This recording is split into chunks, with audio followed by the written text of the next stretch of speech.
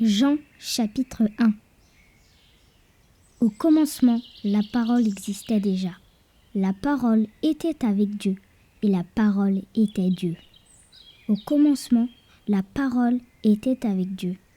Par elle, Dieu a fait toutes choses, et il n'y a rien de fait sans elle.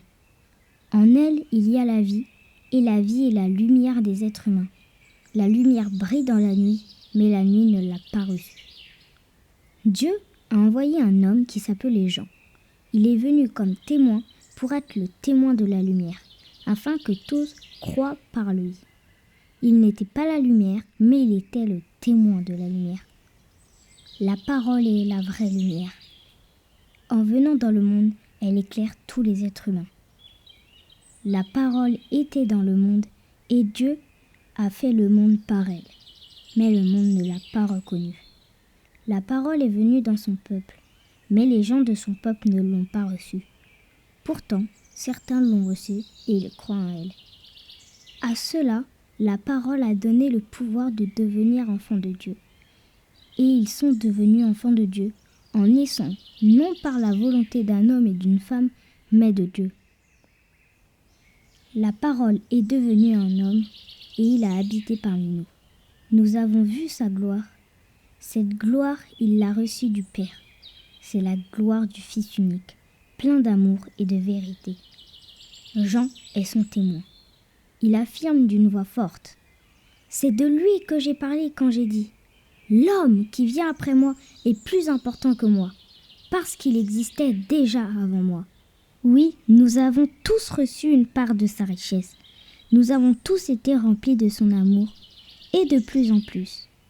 Dieu nous a donné la loi par Moïse, mais l'amour et la vérité sont venus par Jésus-Christ. Personne n'a jamais vu Dieu, mais le Fils unique qui est Dieu et qui vit auprès du Père nous l'a fait connaître. Les chefs juifs de Jérusalem envoient des prêtres et des Lévites pour demander à Jean : « Qui es-tu » Jean ne refuse pas de répondre. Voici son témoignage. Il dit très clairement : « Je ne suis pas le Messie. » Les prêtres et les Lévites lui demandent : « Mais alors, qui es-tu ? Est-ce que tu es Élie ?»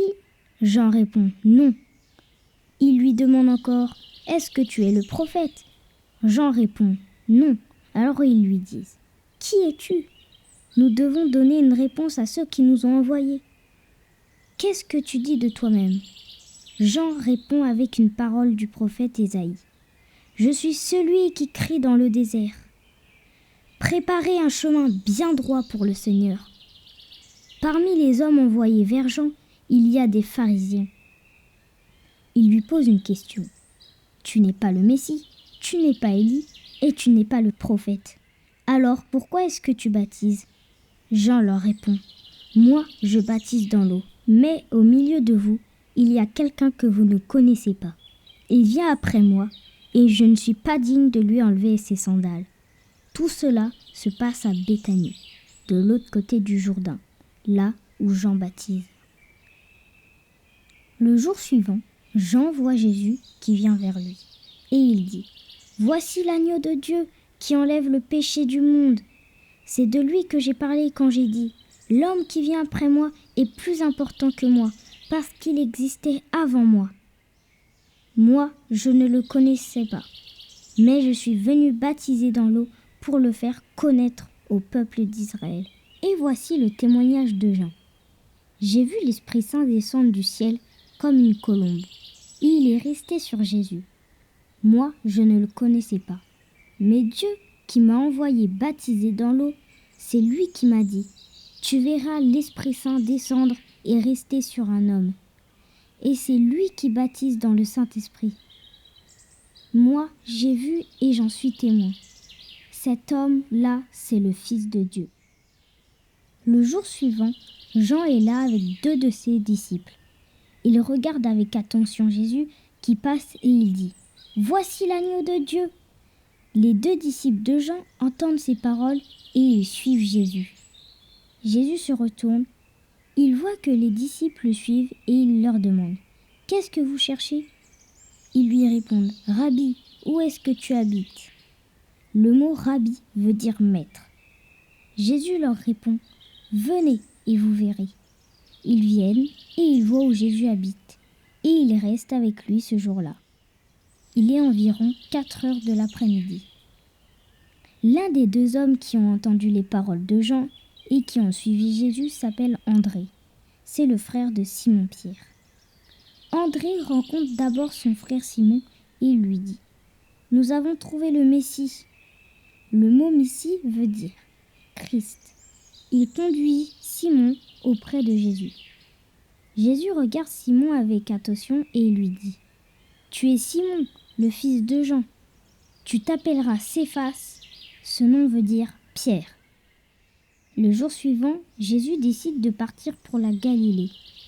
Il rencontre Philippe et lui dit « Suis-moi ». Philippe est de Bethsaïda, le village d'André et de Pierre. Ensuite, Philippe rencontre Nathanaël et il lui dit « Dans la loi, Moïse a parlé de quelqu'un. Les prophètes aussi en ont parlé. C'est Jésus, le fils de Joseph. Il est de la ville de Nazareth. » Nathanaël dit à Philippe « De Nazareth ? Est-ce qu'il peut sortir quelque chose de bon ?» Philippe lui répond « Viens, tu verras. » Jésus voit Nathanaël qui vient à lui et dit à son sujet « Voici un vrai Israélite. Cet homme-là ne sait pas mentir. » Nathanaël demande à Jésus « Comment est-ce que tu peux me connaître ?» Jésus lui répond « Avant que Philippe t'appelle, je t'ai vu. Tu étais sous le figuier. » Alors Nathanaël lui dit « Maître, tu es le Fils de Dieu, tu es le roi d'Israël. » Jésus lui répond « Je t'ai dit, je t'ai vu sous le figuier et c'est pour cela que tu crois. Tu verras des choses beaucoup plus grandes. » Et Jésus ajoute « Oui, je vous le dis, c'est la vérité. Vous verrez le ciel ouvert et les anges de Dieu qui montent et descendent au-dessus du Fils de l'homme. »